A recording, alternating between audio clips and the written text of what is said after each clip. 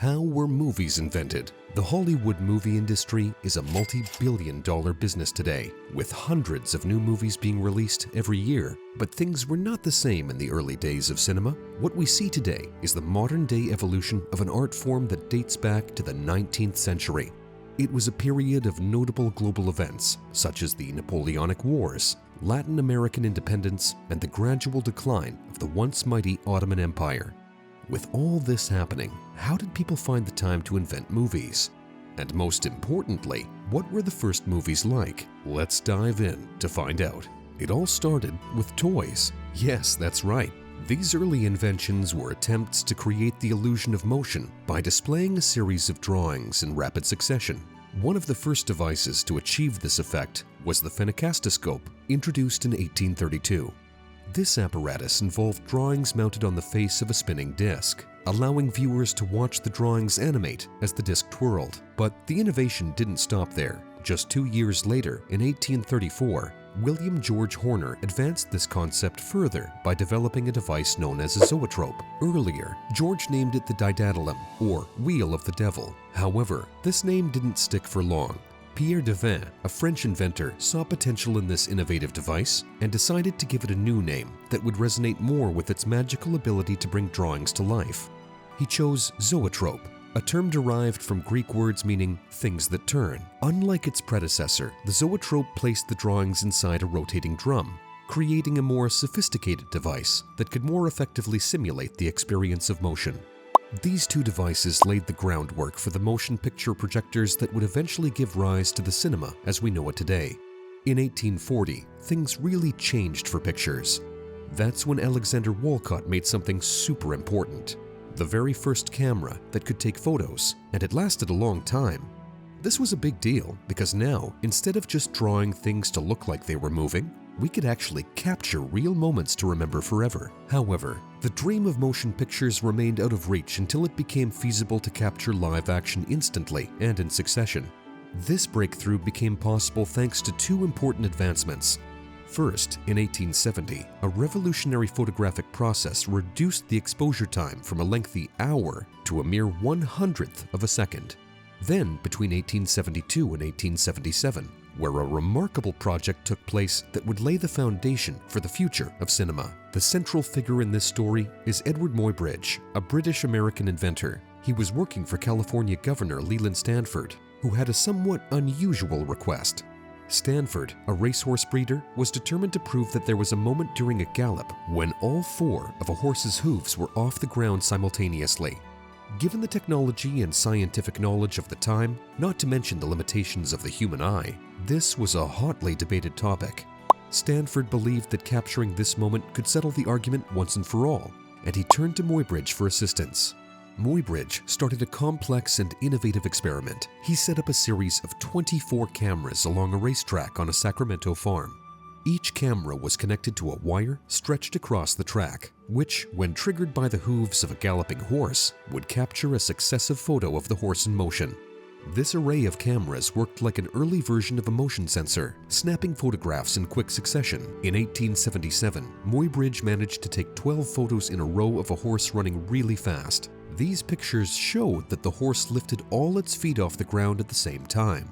It was the first motion picture ever made, and was a huge deal.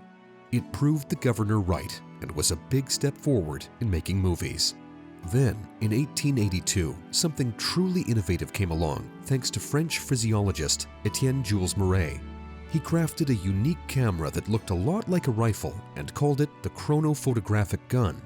This camera could snap 12 photos in just 1 second. Marais was really into studying birds flying, and this camera was his tool to catch them in action.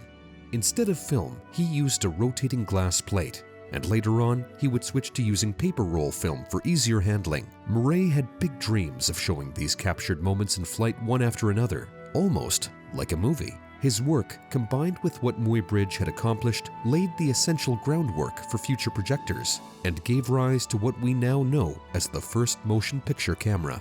Before we move further, we want to talk about a person whose efforts were lost in history. A visionary French inventor, Louis Laprousse, invented the first true motion picture camera in the 1880s. In Leeds, England in 1888, he courageously shot several short films, capturing moments in a way never before seen. His works were really groundbreaking and were meant to change the course of visual storytelling. However, fate had a tragic turn in store. While traveling in France just as he was about to unveil his revolutionary creations in New York in 1890, Lapras vanished into thin air.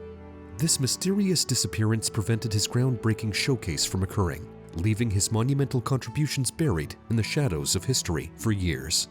Then came the contributions of Thomas Edison and his right-hand man, William Kennedy Laurie Dixon. In 1888, Edison tasked Dixon with the creation of the kinetograph, a motion picture camera.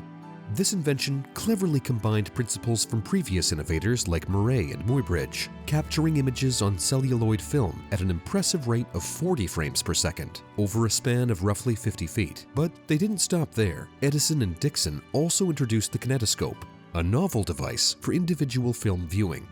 It operated by cycling a 47-foot film loop past a light and shutter mechanism, presenting motion pictures to eager eyes one person at a time. Marketed commercially by 1894 through RAF and Gammon, these peep show viewers sold for between $250 and $300. Further cementing Edison's place in film history, he established a unique film studio in West Orange, New Jersey, known as the Black Maria for its distinctive dark appearance and mobility to catch the best sunlight. This studio became the birthplace of numerous early films. By April of that year, public film screenings began in kinetograph parlors, marking a significant milestone in the commercialization and accessibility of motion pictures to a wider audience. And now, here's something to show you how competitive this world of technology is. Edison and Dixon were not the only key players in the field of motion picture technology. The French were also into developing their own motion picture cameras. In fact, it was during a Kinetoscope exhibition in Paris that the next major innovation in motion picture technology was sparked. After this event, in 1895, Louis and Auguste Lumière introduced the first commercially viable projector, which also functioned as a camera and printer. This device, known as the cinematograph, could run 16 frames per second and was hand-cranked, making it significantly lighter and more portable at just 20 pounds compared to the battery-driven 1,000-pound kinetograph. This portability of the cinematograph influenced the types of films that were made, giving rise to Lumière films, also known as actualities.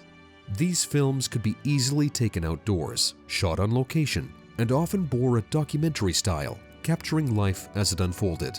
The cinematograph became the European standard, with its influence reaching into Eastern European countries and even Asia. However, much like the films produced with the kinetograph, Lumière's actualities contained virtually no narrative or story, focusing instead on capturing a single, unedited shot that emphasized lifelike movement, rather than conveying any semblance of a plot. There's much more about what happened next, like the contributions of D.W. Griffith after his game-changing production of The Birth of a Nation in 1915, or the development of color film and sound in later years. But we will stop here for now because the video will become very lengthy. If you want to know more about what happened next till the modern age, let us know in the comments. We hope that we delivered the idea of how movies were invented and how different people in different parts of the world contributed to it. If you enjoyed the video, make sure to like and share it with your friends. And don't forget to subscribe to our channel for more exciting content.